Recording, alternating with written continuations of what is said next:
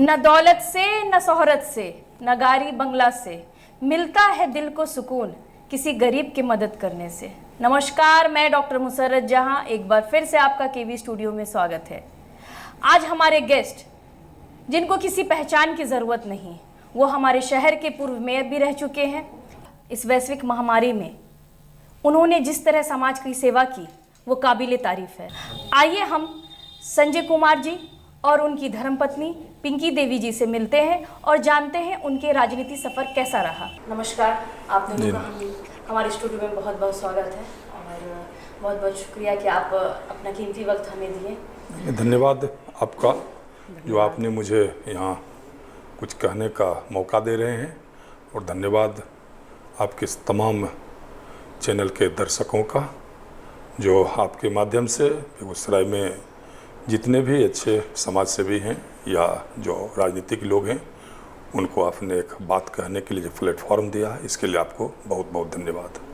वैसे तो किसी नाम की या किसी पहचान की आप लोगों को ज़रूरत नहीं है। एक कोरोना काल में आप दोनों ने जो भी किए बेगूसराय में वो एक मिसाल है।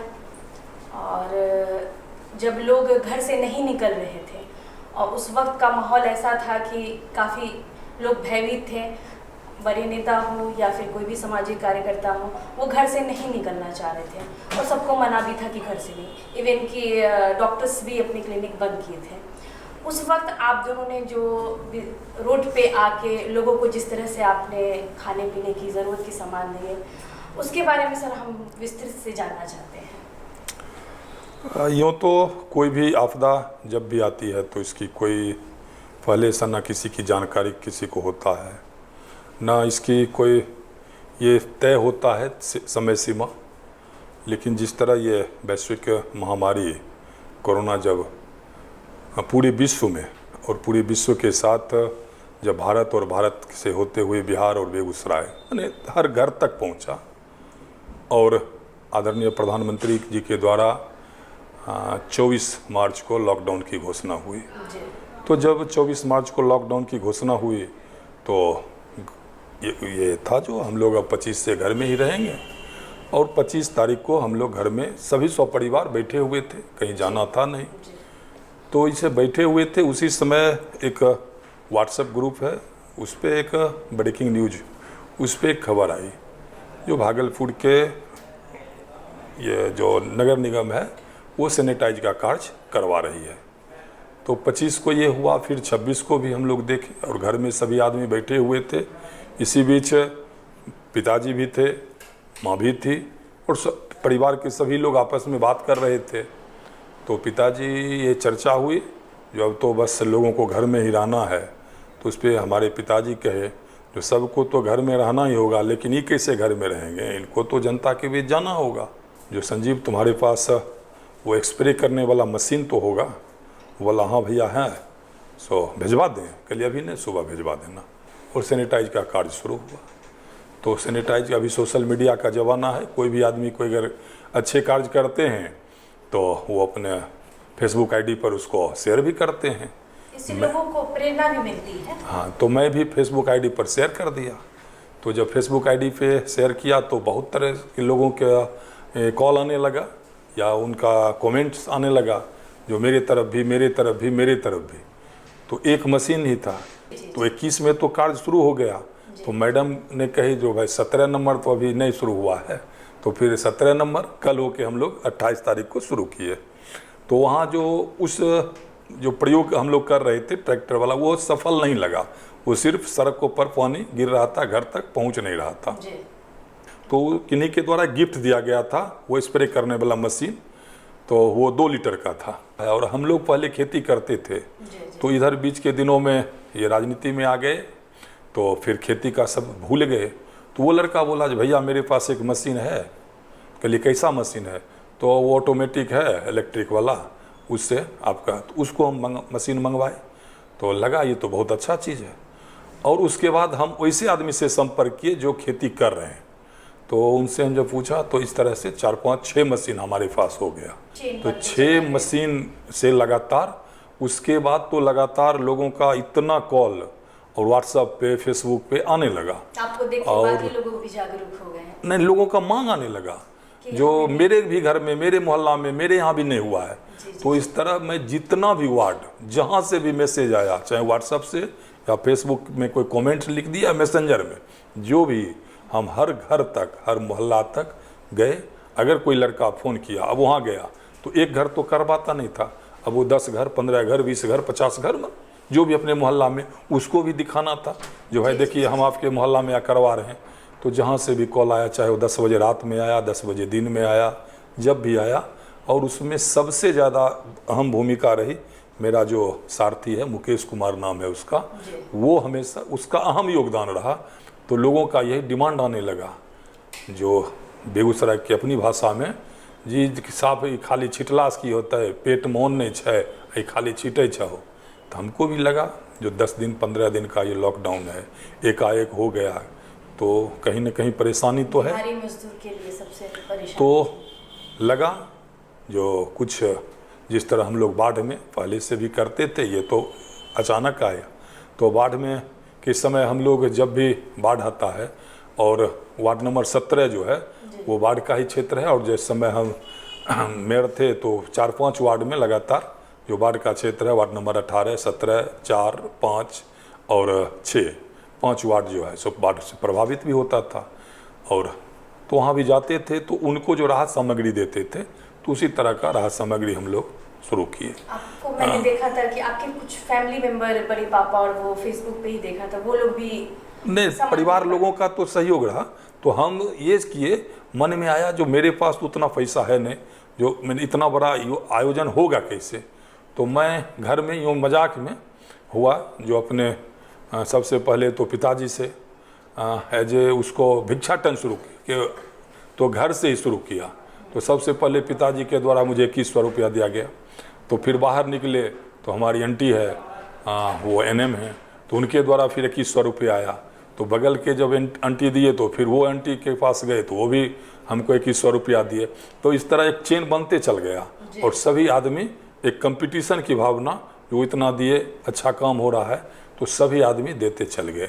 और उसके बाद तो जो भी यकीन, मैंने हमें भी यकीन नहीं था जो इतना हमें सहयोग मिलेगा। जिला से नहीं, घर से तो मिला ही, शहर से भी मिला, शहर के बाहर से भी मिला, और यहाँ तक कि विदेश से भी हमें पैसा खाता में भिजवाया गया। मैं अपना अकाउंट नंबर दे दिया, और सभी लोगों के द्वारा बहुत, एक आदमी तो 3-3 बार पैसा दिए। जी, मैंने ये भी जब बर्थडे का भी पैसा सेलिब्रेशन ना करके, हाँ, बर्थडे बॉय यहाँ है वैभव कुमार, जो मेरा भांजा है, तो इसका भी जन्मदिन था। तो ये बोला, जो हम घर में चर्चा हुआ, जो जन्मदिन क्यों मनाएंगे, सो हम लोग इस दिन कुछ बांट ही देते हैं। तो ये भी मुझे पैसा दिया। एक मेरा भांजा और था कुणाल, वो भी दिया। तो लगातार इस तरह का जो भी आयोजन हुआ, चाहे वो मैरिज एनिवर्सरी हो, विवाह, ये जन्मदिन हो, और या पुण्यतिथि पर भी लोगों ने काफ़ी सहयोग किया। उनके भाई संजीव जी के द्वारा हमें सबसे ज़्यादा 80,000 रुपया हमें दिया गया। हमारे एक मित्र हैं ललिन जी, उनके द्वारा हमें 61,000 रुपया दिया गया। ये वितरण हुआ, ये तो लगातार जन सहयोग से, मतलब ये वार्ड नंबर 21 और 17 ना ना ना ना ना, पूरे वार्ड ही नहीं, पंचायत जहाँ से भी बुलाया गया, जब हम बांट रहे थे, नहीं, जहाँ से ज़रूरत नहीं, जहाँ से लोगों को लगा जो हमको मदद ये कर सकते हैं, बस एक व्हाट्सएप पे सूची आती थी। उसमें जब चांदपुरा, रजौड़ा, नीमा, इस तरह बंदवार, उसके बाद लाखों, कैथ, बरैत, जितना भी पंचायत, लगभग 10-12 पंचायत, उधर से भी लोगों का, अगर एक पंचायत में हम गए तो दूसरा कार्यकर्ता फिर दूसरे पंचायत से कहा, तो हम सिर्फ इतना ही कहते थे, आप सूची बनाकर हमको भेज दीजिए।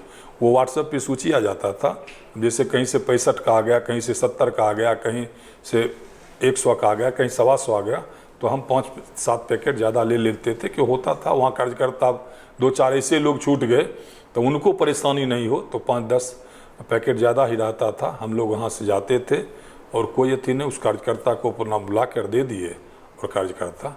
तो जब ये कारवा चल रहा था, तो इसी बीच में एक लड़का प्रियांशु कुमार है, जो बरौनी से, जब हम फेसबुक पे लिखे तो वो एक बार कमेंट में लिखा, जो ये गाड़ी कभी सहयोग की गाड़ी बरौनी भी आना चाहिए। तो फिर हम लोग बरौनी भी पहुंचे थे। सबसे पहले तो साईं की रसोई टीम को हम लोग सहयोग किए थे। अपना हमें जो मानदेय के भत्ता जो 2,500 रुपया पर मंथ मिलता है, तो 1 महीना का हम और 1 महीना का मैडम, यानी 5,000 रुपया। फिर 5-7 दिन के बाद फिर गए थे तो उनको 5,000 रुपया हम लोग दिए थे। पूरे जिला में जितना टीम था ऐसा काम करने वाले सभी को हमने सम्मानित किया।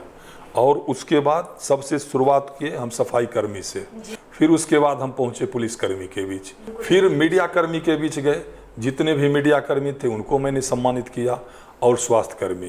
तो इसके बाद जिला के और भी सदस्य वहाँ भी लगातार जितने भी लोग थे उनको सम्मानित किया। और इस तरह की जो भी संस्था काम कर रही थी, चाहे वो रजनीकांत पाठक जी हों, चाहे साईं की रसोई की टीम हो, चाहे माता सती हों, इस तरह हम गए थे। गौड़ा के जो मुखिया थे हेमंत जी, वो भी अच्छा कार्य कर रहे थे, तो उनको भी मैं जाकर हर जगह सम्मानित करने का। और उसके बाद जो हमारे डॉक्टर्स लोग थे जो उस कोरोना संकट में भी कार्य अपना कर रहे थे, तो मैं उनको भी जाकर जो भी बना एक छोटा सा APP किट या एक सम्मान के रूप में जो भी बना, लगभग हम 50-55 डॉक्टर को सम्मानित किए थे। जिन पर विश्वास नहीं था वो भी हमको दे सकते हैं पैसा, वो भी पैसा निकाल कर बुला कर दे रहे हैं। एक आदमी 3 बार पैसा दिए। मैम, वैसे तो आप सर के साथ कदम से कदम मिलाएं, कंधे से कंधे मिलाएं। एक आपका जो किया हुआ कार्य मुझे बहुत पसंद आया कि आपने सैनिटरी पैड का डिस्ट्रीब्यूशन किया। ये सोच आपको कैसे आया, आप उसके बारे में हमें बताएं। पहले तो आप लोगों की धन्यवाद देती हूँ जो चैनल के माध्यम से हमको बोलने का मौका मिला। तो ये एक हर तरह की ये अपना किए, इनके साथ मैं भी खड़ी थी। लेकिन कहीं न कहीं मेरे मन में आया कि हम अपनी बच्चियों के लिए, छोटी छोटी लड़कियां जो नवयुवती हैं, किशोरियां हैं, उन्हें तो कुछ अभी अनभिज्ञ है इस सब चीज़ के बारे में। इस लॉकडाउन की स्थिति में वो लोग कैसे रह रही हैं, सेफ है, सुरक्षित है या नहीं। तो एक छोटा सा ये प्रयास किए जो सैनिटरी पैड का वितरण करते हैं, इसी के द्वारा उससे बात करने का मौका भी मिला। और छोटे छोटे लड़कियों को समझाए जो अपने घर में रह के और ये सब चीज़ यूज करो, सुरक्षित रहेगी, सेफ रहेगी। और अपने घर के बगल के मोहल्ले के लड़कियों को भी आग्रह करना जो यही पैड यूज करो, ताकि हम लोग अपने तरह से कोई बीमारी से ग्रसित ना हो। और इसी मौके पर अपना थोड़ा सा लाइफबॉय साबुन, मास्क और सैनिटरी पैड का वितरण किया और उन लोगों को जागरूक किए। जी जी जी। जहाँ जागरूकता की अभाव है या शिक्षा का भी अभाव अभी भी है, जहाँ उतना नहीं है पहल, तो वो लोग की पता नहीं है उनको क्या करना है नहीं करना है। वो तो अपने माँ को जैसे जैसे देखी वैसे ही करेगी। लेकिन अब ये चीज़ कर दिए तो उनके भी दिमाग में आया जो ये एक मौका मिला। हाँ, एक्चुअली आप महिला जनप्रतिनिधि हैं, तो हैं, आपको हाँ, महिलाओं का प्रॉब्लम वो ज़्यादा जागरूक करना जरूरी समझे। वो जिम्मेदारी है कि हाँ, आपको ये इस चीज़ में जाना ज़रूरी है। और उस दिन बांट के आए तो सब बच्ची खुश भी थी। देखिए हम लोग के तरफ भी किन्हीं का ध्यान गया। जी जी। तो ऐसे तो सब तरह की सेवा हो गया था, लेकिन एक ये बचा हुआ था। तो मेरे ही मन में आया जो हम अपने बच्चियों के बीच वार्ड में गए, मोहल्ले में गए और सबके सामने वितरण किए और सब खुश भी थे। मैम, आपको कब से विचार आया कि आप जनता की सेवा के लिए आए? अब जैसे जनप्रतिनिधि बने तो जनता की सेवा की भाव से ही बने। जब से बने हैं, ऐसे पहले भी इनका रहता था तो हम लोग भी तो पहले से अब शौक भी था और इनका साथ भी रहना होता था, तो थोड़ा थोड़ा जानकारी भी होते गया। और जब जनप्रतिनिधि बन गए तो ये तो जिम्मेदारी मेरी भी बनती है। जनता के भी जाते हैं, हर तरह की प्रॉब्लम समझते हैं और जो भी हम लोग से बनता है और कर लेते हैं। मैम, कुछ अपने बारे में बताइए, आपने पढ़ाई कहाँ से की, कहाँ की हैं आप? पढ़ाई तो हम लोग गांव से हैं, नया गांव, इधर जानते होंगे कामदेव सिंह की गांव थे, नया गांव। तो वहीं स्कूल जीतलाल उच्च विद्यालय था, वहीं से हम लोग 10th किए और GD कॉलेज से 12 किए, फिर वहीं अपना ग्रेजुएशन किए। उसके बाद तो आगे घर गृहस्थी में फंस के पढ़ ही नहीं पाए। किस साल शादी हुई थी आपकी? शादी 1985 में हुई थी और 87 में 10th का परीक्षा दिए। उसके बाद पढ़ाई आप? और पढ़ाई जारी रखे थे। कोरोना काल में तो क्योंकि आप पत्नी हैं, और तो कभी डर लगा कि इस तरह से सर बाहर जा रहे हैं तो कोरोना कहीं घर ना चलाए? डर तो लगता था, लेकिन भगवान पर भरोसा भी रखते थे जो भी हम लोग अच्छा काम कर रहे हैं तो भगवान इसका रिजल्ट भी अच्छे देंगे, हम लोग सेफ भी रहे, सुरक्षित भी रहे और जनता की सेवा भी किए। ग्रहण के लिए कुछ बोलें, क्योंकि आप जनप्रतिनिधि हैं और आप महिला हैं, तो महिला को किस तरह से आगे बढ़ना चाहिए उस पर आप कुछ बोलें। महिला को तो सबसे पहला शिक्षा है, शिक्षित महिला होगी तभी तो आगे बढ़ेगी। जी जी। और पुरुषों के अंदर तो रह के सब चीज़ कर रहे हैं, लेकिन अब अपने लिए सोच के वो शिक्षा से आगे बढ़ेगी, शिक्षा लेके आगे बढ़ेगी, अपने बच्चियों को पढ़ाएगी, तभी तो आगे बढ़ेगी महिला। शिक्षा बहुत जरूरी है। शिक्षा बहुत ज़रूरी है। समाज में ये मैसेज जाना चाहिए कि अपनी बच्चियों को कम ना आके उसको अपनी बच्चियों को पढ़ाए लिखाए, कम उम्र में शादी नहीं करें, उस पर विश्वास रखें। जब हम लोग को बाहर भेज के पढ़ाने में डर लगता है, बच्चियाँ जाएगी क्या सब होगा नहीं होगा, लेकिन इस सब डर से निकल के जब बच्चे को आगे बढ़ाएंगे तभी तो बच्चे आज जो हम नहीं कर पाए वो हमारी बेटियाँ करेगी, हमारी बहनें करेंगी। आपने बोला जैसे कम उम्र की लड़कियों में, अभी भी हमारे बेगूसराय में बहुत ही कम उम्र की लड़कियों की शादी हो रही है, उस पर आप कुछ बोले। अब अभी तो हम लोग को यह शिक्षा का अभाव है। अगर हम लोग जितना शिक्षित होंगे या हमारी बेटियां जितनी शिक्षित होगी तो वो खुद ब खुद चाहेगी कि हम अभी शादी नहीं करेंगे, और वो अपने माँ बाप को समझाएंगे जो अभी शादी नहीं कीजिए, हम लोग को आगे पढ़ना है, देश के लिए समाज के लिए कुछ करना है।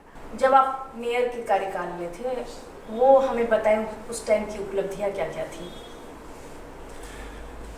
बेगूसराय को जब नगर निगम का दर्जा मिला तो और हमारे आदरणीय दिवंगत सांसद जो बेगूसराय की एक पहचान थे भोला बाबू के द्वारा बेगूसराय को नगर निगम का दर्जा दिलवाया गया। उस समय जब पहली बार बिहार में कैबिनेट की बैठक विधानसभा से बाहर, विधानमंडल से बाहर, और उसका सौभाग्य और बेगूसराय का भी मिला था। बड़बिघी में कैबिनेट की बैठक हुई थी आदरणीय नेता नीतीश कुमार जी के नेतृत्व में, मुख्यमंत्री के नेतृत्व में, और वहीं हमारे आदरणीय भोला बाबू के द्वारा बेगूसराय को नगर निगम का दर्जा दिलवाया गया, ये 2010 में। तो उससे पहले बेगूसराय नगर परिषद था। तो जब 2011 में ये बेगूसराय नगर निगम बना तो फिर 11 में जब चुनाव हुआ तो हम भी लोगों के द्वारा आया जो आप भी चुनाव लड़िए, तो क्योंकि ये समाज सेवा में थे ही, सामाजिक कार्य कर रहे थे। और इससे मैंने पीछे मैं जाऊं तो मैं एक किसान, आज भी मेरे पिताजी हैं, माँ भी है, हम बहुत अपने आप को सौभाग्यशाली समझते हैं, 2 मेरे भाई भी हैं। तो मैंने एक परिवार, संयुक्त परिवार है। तो पिताजी का ये इच्छा था जो हम, और जो माँ की भी इच्छा थी, जो हम पढ़े लिखे, जो होता है हर माँ बाप का। और कोई भी 2 चीज़ तो आज तक पहला कोई है जो साधारण जो हैं माँ बाप, उन कोई भी ये नहीं कहते मेरा बेटा नेता बने, एक भी आदमी ये नहीं कहता है। जो लड़का अगर साधारण परिवार से है और मैट्रिक कर लिया तो उसका शादी कर दिया जाए। तो 84 में हम लोग हम जब 10th किए तो पिताजी 85 में शादी कर दिए तो फिर मैडम आ गई। तो हम तो उम्मीद 524 पर अटक गए। तो मैडम से उस समय तो ये मोबाइल था नहीं, प्रेम पत्र में लिखा गया। मैं तो अपने पिताजी का अरमान नहीं पूरा किया, सो आप कर देना। हाँ, तो ये भी प्रयास की, लेकिन ये 528 पे अटक गई। हमसे 4 नंबर ज़्यादा लेकर ये भी छोड़ दी वहीं। मतलब ये बेगूसराय का फर्स्ट मेयर। हाँ ना, तो उस समय जब बने ना तो लोगों के द्वारा ये आया जो आप मेयर के लिए प्रयास कीजिए।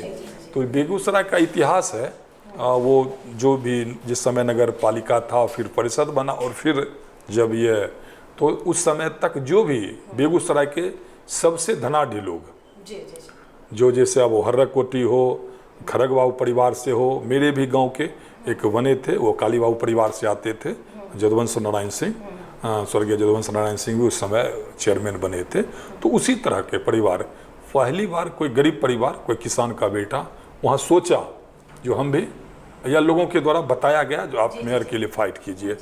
तो हम फाइट किए, तो उसमें हम 1 मत से हार गए। अच्छा, फर्स्ट टाइम 1 मत से हार गए। तो आप जो अभी मैडम से कोई सवाल कर रही थी, मैडम की कोई रुझान नहीं था इस राजनीति में या समाज सेवा में आवे। इनके मन में कहीं लगा, इनके मन में ये लगा जो पिछले बार ये एक मत से हार गए थे। अगर कहीं मैं जीत गई इस बार तो ये मेरा मत एक तो इनके साथ रहेगा ही। तो मतलब हर कामयाब मत के पीछे औरत का हाथ होता तो है। फिर एकदम सच बात है। इनके मन में ये लगा जो अगर कहीं एक मत से फिर पीछे हो जाएंगे तो इस बार हम इनको सहयोग कर देंगे तो ये बन जाएंगे। तो उस बार तो हम 2011 में एक मत से हार गए, लेकिन लोगों का हम पे पूरा विश्वास रहा तो हम प्रयास अपना संघर्ष करते रहे। और 2 मई 2013 को मैं बेगूसराय का मेयर बना। उस वक्त सर क्या ये बोलना गलत नहीं हुआ कि बहुत सारे फंड भी नहीं थे? ना, फंड तो थे। हम आपको वही बताना चाहते हैं जो 2013 जब मैं बना और जब मेरा कार्यकाल शुरू हुआ तो फिर मैंने अनगिनत ऐसे सड़कें बनवाई, ऐसे मैंने बहुत सारे कार्य किए। तो आखिर फंड फिर आता नहीं है, बुलाया जाता है। मैं आज तक मुझे याद नहीं है जो मैं मेयर बनने के बाद कभी भी अपने घर पे सुबह में बैठा हूँ और वहाँ आके मुझे 10 आदमी या 5 आदमी हमसे मिलने के लिए आए हो। और आज भी है, अगर कोई हमको फ़ोन करते हैं तो मैं उनको कभी घर पे नहीं बुलाता हूँ। मैं यही पूछता हूँ आप कहाँ हैं, तो बोलते हैं अमुक स्थान पे हैं, तो मैं वहाँ पहुँच जाता हूँ।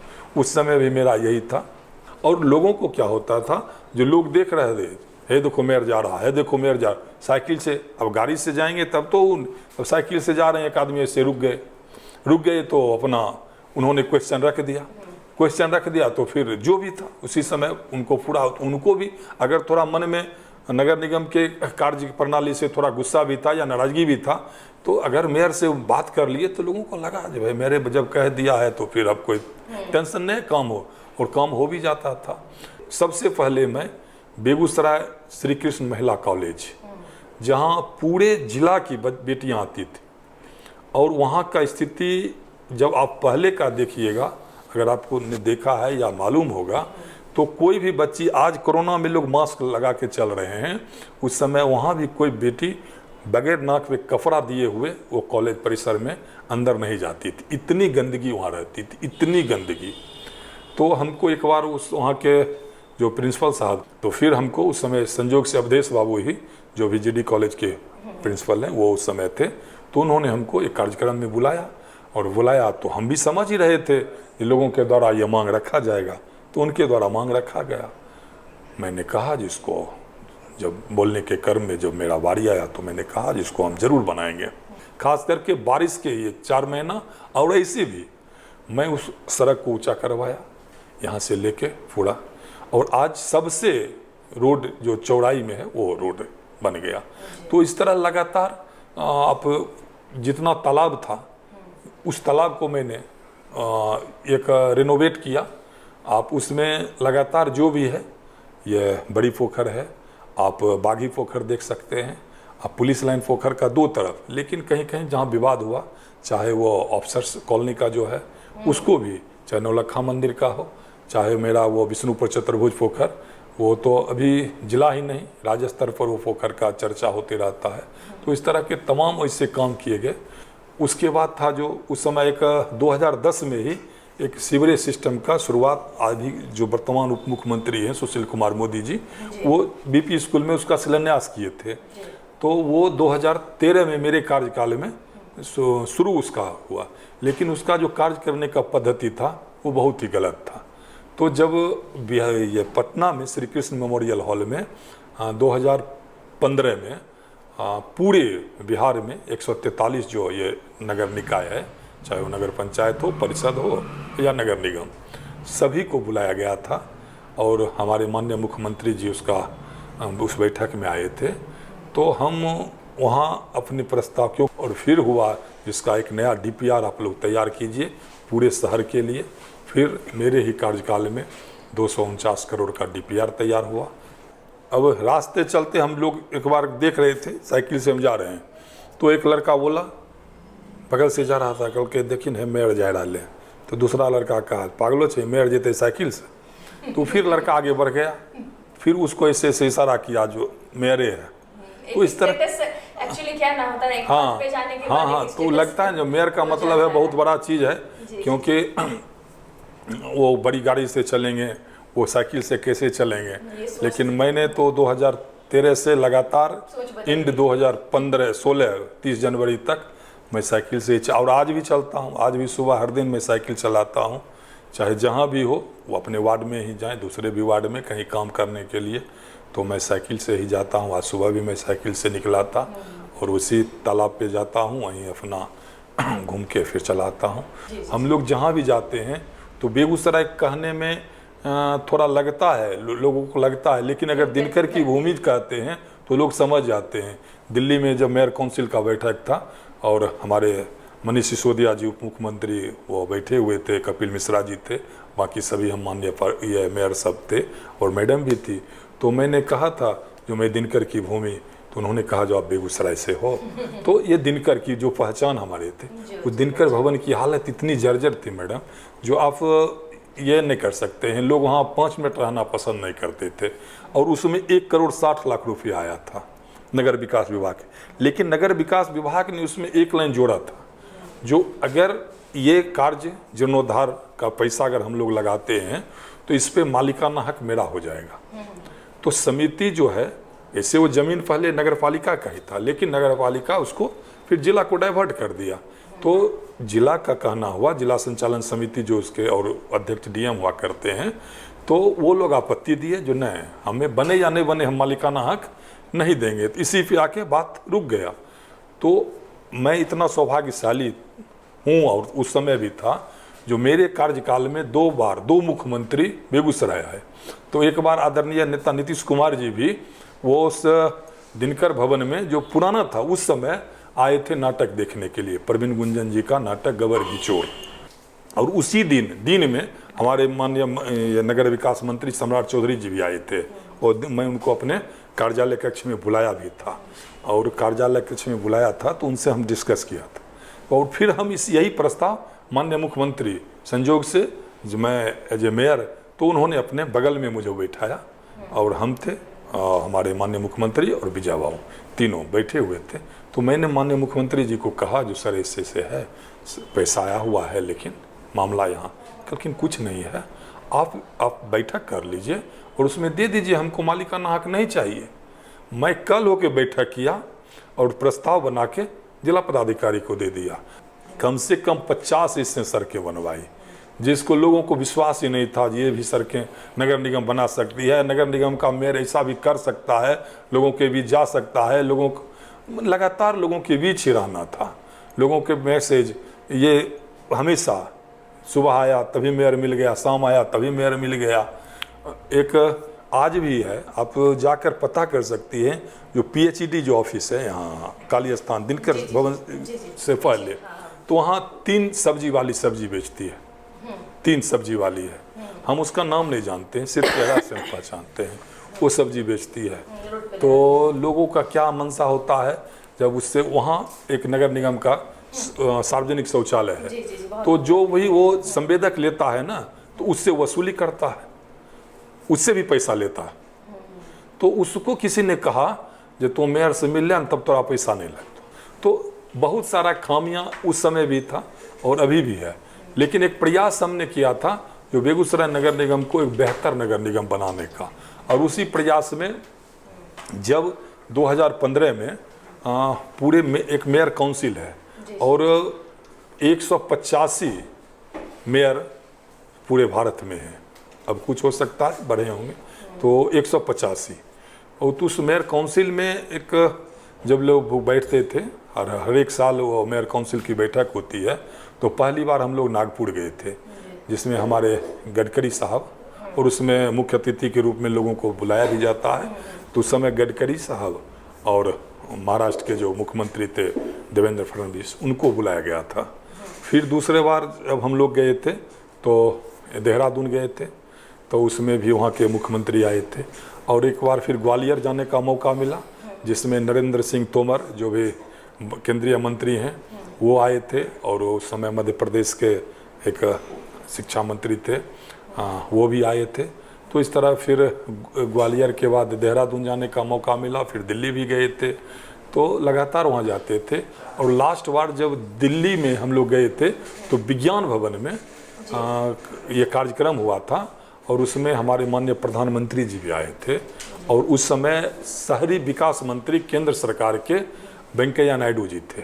तो वहाँ से एक पत्र आया था, तो यही पत्र आया था जो आप अपने नगर निगम क्षेत्र का जो भी मेजर समस्या है या जो कुछ करना चाहते हैं तो उनको आप लाइए।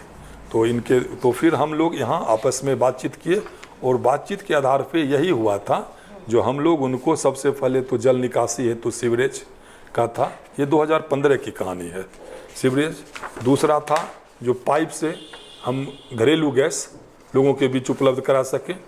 तीसरा था जो जल निकासी की समस्या सबसे आज भी जो है, जो छोटा भी बारिश हो, छोटा सा बारिश हुआ पूरे शहर में, क्योंकि आउटलेट कहीं है नहीं, तो जल निकासी था। चौथा था शुद्ध जल मिले।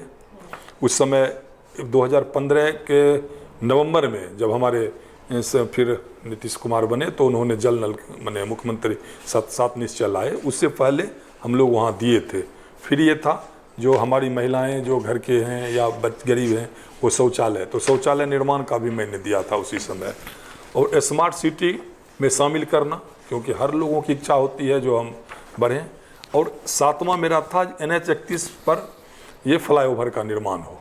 उसके बाद लगातार 2013 से 2015 तक 30 जनवरी 2016 तक ये कारवा चलता रहा।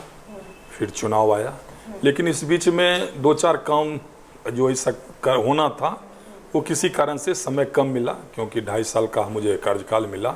और 2.5 साल के कार्यकाल में मैंने 1020 योजनाएं, जो मेरे पास टोटल उसका बुक है और ये ऑफिशियल बुक है, इसमें टोटल 1020 योजनाएं हैं जो मेरे कार्यकाल में हुआ था। और ये बेगूसराय नगर निगम का ऑफिशियल है। इसमें एक सामुदायिक भवन बनना था लगभग 1.5 करोड़ का, जो मेरे कार्यकाल में पैसा आया। और उस समय के जल संसाधन मंत्री और अभी के विधानसभा के अध्यक्ष आदरणीय विजय चौधरी जी के द्वारा उसका मैंने शिलान्यास भी वार्ड नंबर 20 में ही करवाया था। बेगूसराय में कुछ ऐसे कार्य थे जो अति आवश्यक थे, जैसे पार्क बनना था, तो पार्क बनना था तो उस पार्क की जो ये तो वही है सामुदायिक भवन का, आप देख सकते हैं जो विजय बाबू के द्वारा शिलान्यास किया गया था, यही शिलान्यास स्थल है। और उस समय के ये पार्षद मीना देवी जी हैं वो साथ में हैं। बेगूसराय का जो सबसे बड़ा ये है गांधी स्टेडियम, इसका भी 15 में ही इसके लिए आवंटन हो गया था 1,85,00,000 रुपया का मुख्यमंत्री शहरी विकास योजना के तहत। लेकिन आज 5 साल में इसको कोई देखने वाला नहीं है। वो स्टेडियम अपने हालात पर रो रहा है। उस समय जो यहाँ के खिलाड़ी थे वो एक आमरण अनशन किए थे, और जब मैं उनको आमरण अनशन तोड़वाने गया था तो उनका एक ही मांग था, जो आप इसका समतलीकरण कर दीजिए। मुझे अब अफसोस होता है, काश उस समय वो कहते जिसका जीर्णोद्धार कर दीजिए, वो समतलीकरण की मांग रखे। मैंने उसी समय 19 लाख रुपया लगा के उसका समतलीकरण करवा दिया था। ये भोला बाबू 2008 में ही नवलखा मंदिर से NOC लिए थे, और इसी NOC के अति पे मैंने ये अमृत योजना से ये बनवाया। 2/1/16 को ये मेरे 31/1/16 तक मेरा कार्यकाल था, मैंने 5 करोड़ का ये DPR बना के भेजा था। 2 पार्क का, एक पार्क का था ये 5,06,80,000 रुपये का, ये नवलखा का है। और एक था बाघा में बनना था, वो 2,22,00,000 का था। इसके लिए आवंटन भी आया 2,22,00,000 का। इसी कहानी पर इधर मेरे एक दादा थे, उन्होंने 11 कट्ठा 14 धुर जमीन आज से 79 में उन्होंने दान कर दिया धर्मशाला के लिए। लेकिन जो होता है परिवार में, वहाँ अप्रोच पथ नहीं था, तो सबसे पहले तो मैं वहाँ तक अप्रोच पथ पहुँचाया। जब अप्रोच पथ पहुँचाया तो हमारे जो परिवार के और लोग हैं, हमारे पिताजी भाई में अकेले हैं, चाचा 3 भाई हैं, तो वो लोग क्या किए थे, आपस में ज़मीन को डिवाइड कर लिए थे, अपना खेती कर रहे। तो मैं प्रस्ताव लाया, जो ये दादा के द्वारा दिया हुआ ज़मीन है धर्मशाला के नाम पर, तो इसको सार्वजनिक कीजिए। तो 3 चाचा तैयार हो गए, मेरे पिताजी और 2 चाचा, लेकिन एक चाचा उसका विरोध किए। उसके बावजूद भी मैंने नगर निगम को लिख के दिया। नगर निगम की का कार्य भी वहाँ बाउंड्री से शुरू हो गया। चलिए, आपने बुलाया, इसके लिए बहुत बहुत धन्यवाद सर। मैडम आपका बहुत बहुत धन्यवाद। जिनके वजूद होते हैं वो बिना पद के भी मजबूत होते हैं। उम्मीद है आपको हमारे पूर्व मेयर की बातों से बहुत संतुष्टि हुई होगी। धन्यवाद।